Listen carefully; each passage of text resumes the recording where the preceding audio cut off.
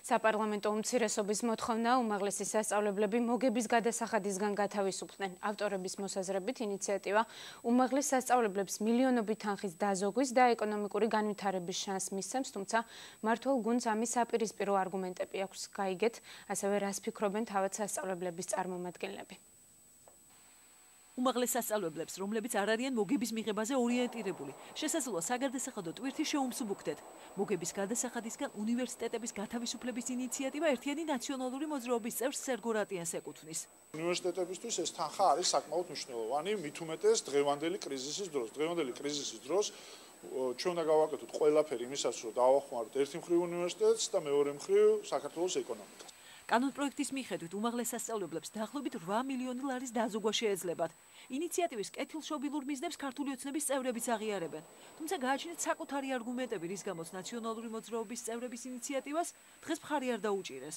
აღმოჩნდება, რომ ქვეყანას ძალიან ცოტა თანხა დარჩება ინფრასტრუქტურის განვითარებისათვის და ადამიანებზე ზრუნვისათვის, ამიტომ მე ვერ ვიზიარებ აღნიშნულ ინიციატივას, მიუხედავად იმისა, რომ რა თქმა უნდა, ყველა ორგანიზაციის წარმომადგენელს უხარია, როდესაც მას ნაკლები საგადასახადო ტვირთი აწევს. საგადასახადო შეღავათებს ელოდებიან ბათუმის ხელოვნების სასწავლო უნივერსიტეტში. ჩვენი კერძო შემოსავალი არის სწავლის საფასური, რომელსაც იხდის სტუდენტი. თქვა წლის განმავლობაში დაგეგმილია 300.000 ლარის ამოღება.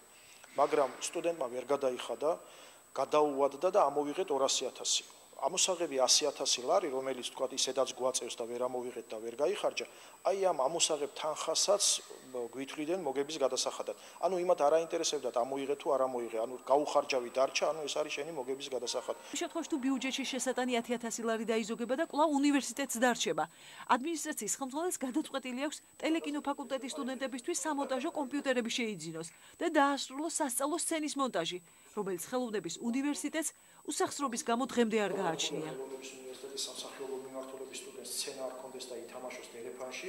ეს იქნება სწორედ ამ მიმართულებით წავა ეს თანხების დაზოგილი თანხები, ანუ სტუდენტს გაცილებით მეტი, თქვა ერთი კამერით მეტი, ან ერთი სპექტაკლით მეტი დაიდგება უნივერსიტეტში. საგადასახადო შეღავათების დაწესებას კერძო და სახელმწიფო უნივერსიტეტებისთვის კანონპროექტი თანაბრად ითვალისწინებს. საპარლამენტო უმრავლესობაში კი მიაჩნიათ, რომ შეღავათები კერძო სასწავლებლებს არ უნდა შეეხოთ. ერთიანი ნაციონალური მოძრაობის ინიციატივას დღეს განათლების და მეცნიერების კომისიის ხდომაზე მხარი ამიტომ არ დაუჭირეს. კანონპროექტის დადებით და უარყოფით მხარეებზე ყველა საპარლამენტო კომისია იმშელებს. თუმცა საბოლოოდ რა ბედი ეწევა ერთიანი ნაციონალური მოძრაობის ინიციატივას, დარგობრივი პოლიტიკის კომიტეტის დასკვნაზე იქნება დამოკიდებული.